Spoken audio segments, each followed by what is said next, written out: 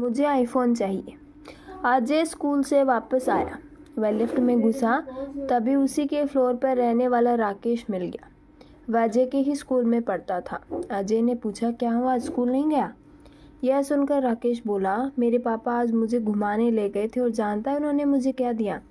यह कहकर उन्होंने जेब से आईफोन निकाल कर दिखाया। अजय यह देखकर हैरान रह गया।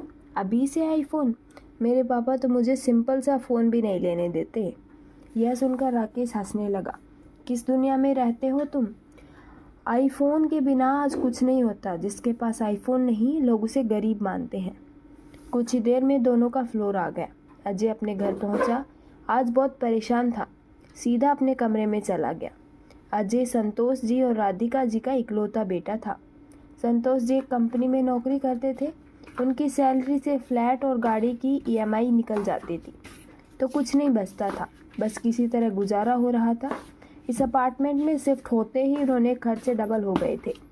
स्टेटस के चक्कर में गाड़ी भी लेनी पड़ गई।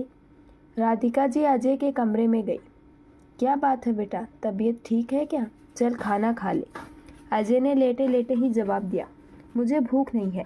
राधिका समझ गई कि किसी बात पर गुस्सा है। वह बोली, मुझे बता, बात क्या है? क्या स्कूल में किसी ने कुछ कह दिया?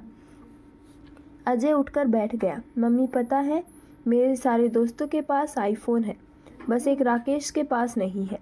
आज उसके पापा ने भी उसे आईफोन दिला दिया। अगर गरीब बनकर रहना था तो यहाँ आने की ज़रूरत क्या थी? राधिका जी को एक बार तो बहुत गुस्सा आया, लेकिन फिर भी उन्होंने बात को संभालते हुए कहा, बेटा ऐसा नहीं कहते। तुझे पता है हमने कितनी मुश्किल से फ्लैट खरीदा है। उसकी ईएमआई, गाड़ी की ईएमआई, इसके बाद बहुत मुश्किल से घर का खर्च चल पाता है। अजय रूठ कर बैठा था। वह बोला, बस यही सब बहाने लगाते रहो। पापा को बोले ना कोई बड़ी कंपनी ढूंढ ले जहाँ अच्छी सैलरी मिले। राधिका जी को अब गुस्सा आ गया था। हाँ, तुझे लगता है तेरे पापा जानबूझकर कम सैलरी की नौकरी कर रहे हैं? जानता भी है कुछ बड़ी कंपनी के हर दिन लोग निकाले जा रहे हैं। और हाँ, कान खोलकर सुन ले, कोई आईफोन नहीं आ रहा है। तेरे स्कूल की फीस भर रहे हैं, वही काफ़ी है। अपनी पढ़ाई कर, इन सब चक्करों में मत पड़। मम्मी को गुस्से में देखकर एक बार अजय को लगा कि अगर ज़्यादा बोला तो मम्मी मारना भी शुरू कर देगी, इसलिए चुप हो गया और मुंह फेर कर सो गया। शाम को संतोष जी घर आए। अजय, ये मैं क्या सुन रहा हूँ? आज तुम फिर से आईफोन की जिद पकड़ कर बैठ गए। मैं तुम्हें कोई आईफोन नहीं दिलवा सकता। हाँ, जब तुम स्कूल ख़त्म कर लोगे तो एक सस्ता सा फ़ोन तुम्हें मिल जाएगा। इससे ज़्यादा की उम्मीद मुझसे मत करना। पापा, आपको पता है जिस सोसाइटी में आप रहते हो वहाँ और मेरे स्कूल के सबके पास आईफोन है। सब मुझसे अच्छे कपड़े पहनते हैं, सबके पास बाइक है। हमें यहाँ आना ही नहीं चाहिए था। संतोष ने अजय को अच्छे से डांट कर समझा दिया। तब से अजय उसकी कम ही बात करता था। एक दिन संतोष जी सुबह सोकर उठे तो उन्होंने देखा अजय घर पर नहीं था। संतोष जी उसे ढूंढने गए, लेकिन वह कहीं नहीं मिला। वे घर आए तो राधिका जी बैठी रो रही थी। उन्होंने एक खत संतोष जी को पकड़ा दिया। उसमें लिखा था, पापा, मैं घर छोड़कर जा रहा हूँ। मैं सब कुछ बंद कर ही वापस लौटूंगा। एक एक चीज़ के लिए मन मार कर मैं नहीं रह सकता। संतोष जी सिर पकड़कर पलंग पर बैठ गए। इधर अजय ट्रेन पकड़कर सीधा मुंबई पहुंच गया। उसे यकीन था कि एक दिन बड़ा आदमी बन जाएगा। स्टेशन से बाहर आते ही चारों तरफ भीड़ दिख रही थी। अजय एक होटल के सामने से गुजरा। उसे भूख लगी थी। वह उस होटल में गया।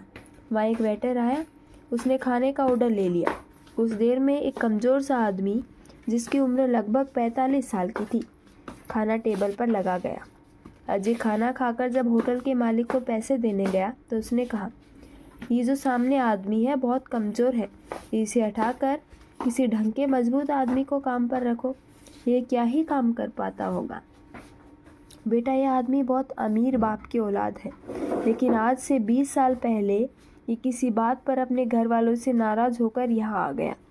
बहुत ढूंढने के बाद भी जब इसे कोई ढंग का काम नहीं मिला तो पेट पालने के लिए हमारे यहाँ काम करने लगा।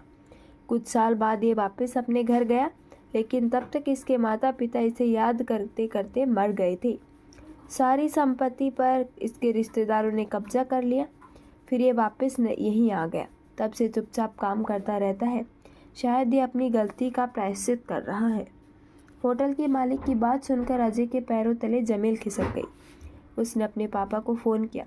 पापा, मुझसे बहुत बड़ी गलती हो गई। मैं आपसे अभी कुछ नहीं मांगूंगा। मैं कल तक वापस आ जाऊंगा। संतोष जी ने पूछा, बेटा तू कहाँ है? मैं तुझे लेने आ जाता हूँ। नहीं नहीं पापा, बस मैं आ रहा हूँ, कहकर अजय ने फ़ोन काट दिया। रात की ट्रेन पकड़कर वह घर के लिए रवाना हो गया।